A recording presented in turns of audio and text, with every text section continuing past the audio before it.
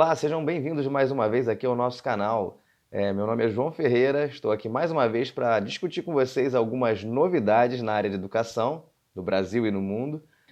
E hoje eu trago para vocês aqui algumas reportagens bem interessantes.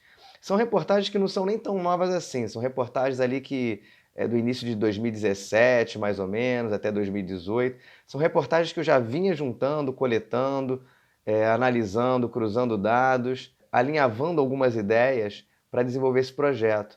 Só que o projeto ficou meio parado durante um tempo e eu resolvi botar ele para frente a partir de agora. Então vocês vão reparar que alguns dados já estão até meio defasados, né? Coisa de 2, 3 anos atrás.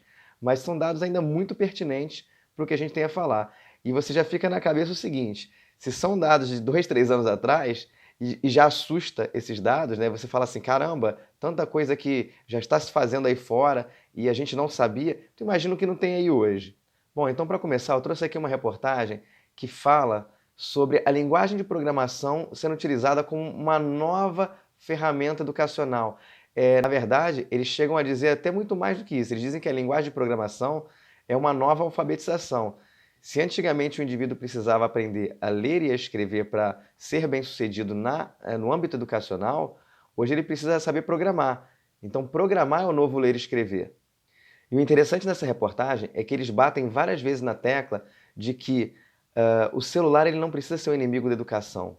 Tá? E isso é uma coisa que eu já falo há muito tempo, com colegas, com superiores. O celular é uma ferramenta fantástica, o smartphone é uma ferramenta fantástica. Todo mundo usa smartphone para tudo hoje em dia. Então, assim, a gente sabe que ele atrapalha na sala de aula quando o aluno pega um smartphone e começa a ficar jogando um joguinho, começa a bater um papo no WhatsApp, ao invés de estar prestando atenção na aula. Então, aquele celular está roubando a atenção do professor. Ele se torna um concorrente do professor.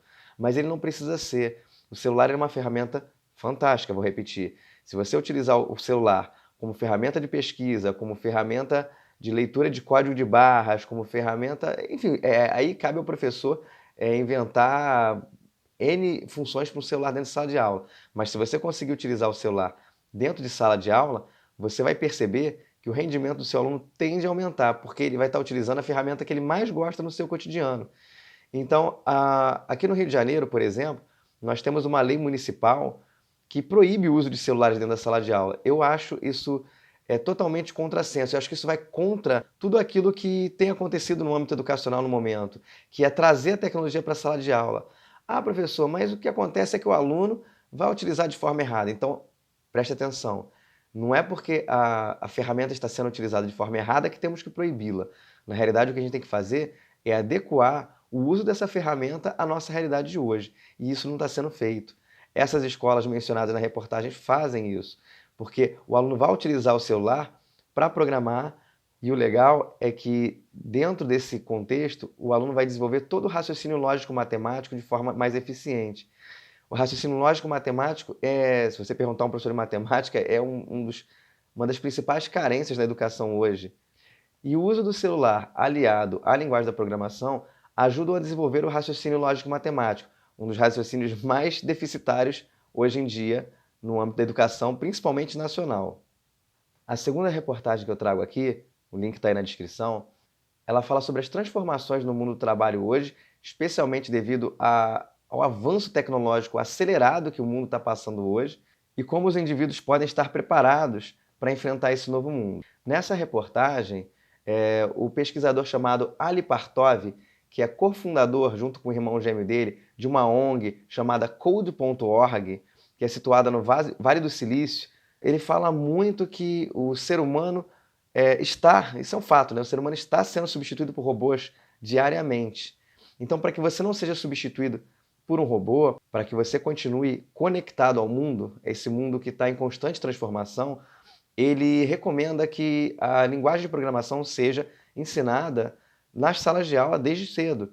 Então, por exemplo, ele diz que ciências da computação começam a ser ensinadas aos 9 anos de idade. Olha só, 9 anos de idade.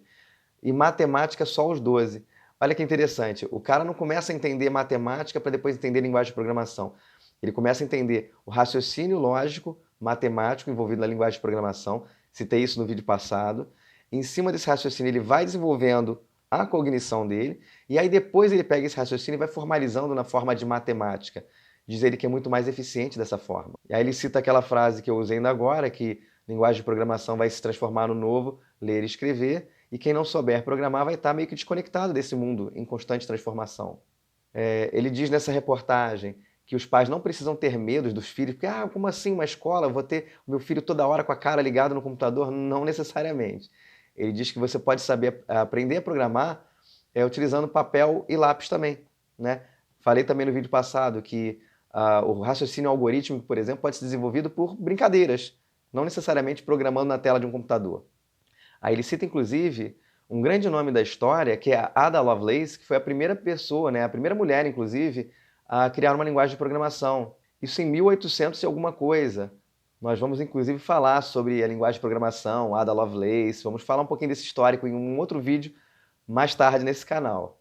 E aí tem uma frase interessante que eu vou ler aqui para vocês, ele diz assim: Ada Lovelace escreveu o primeiro programa, algoritmo matemático, e só usou sua imaginação.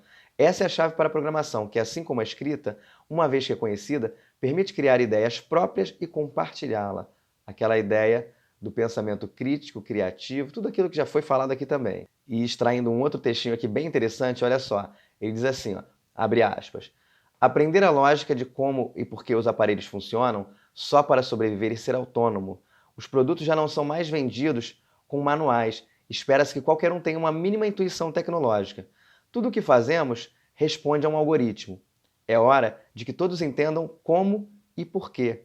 Na verdade, essa frase não é dele, essa frase é de Laura Raia, chefe da pós-graduação em engenharia do Centro Universitário de Tecnologia e Arte Digital em Madrid. Então é outra pessoa citada nessa reportagem que defende que o uso de tecnologia tem que ser trabalhado desde a primeira infância.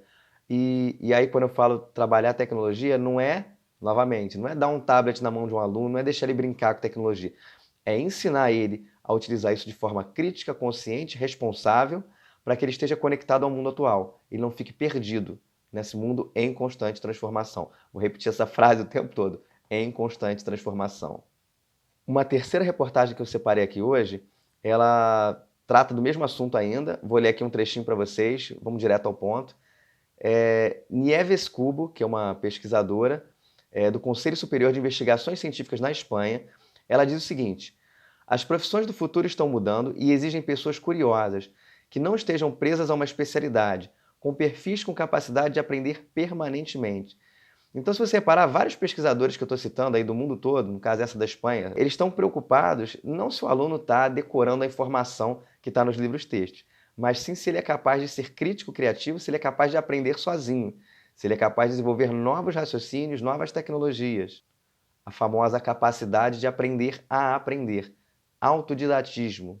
E aí ele fecha mais ou menos o artigo dizendo o seguinte, que agora a tecnologia permeia tudo e para conseguir que seja útil é preciso ter conhecimento de psicologia e ciências sociais.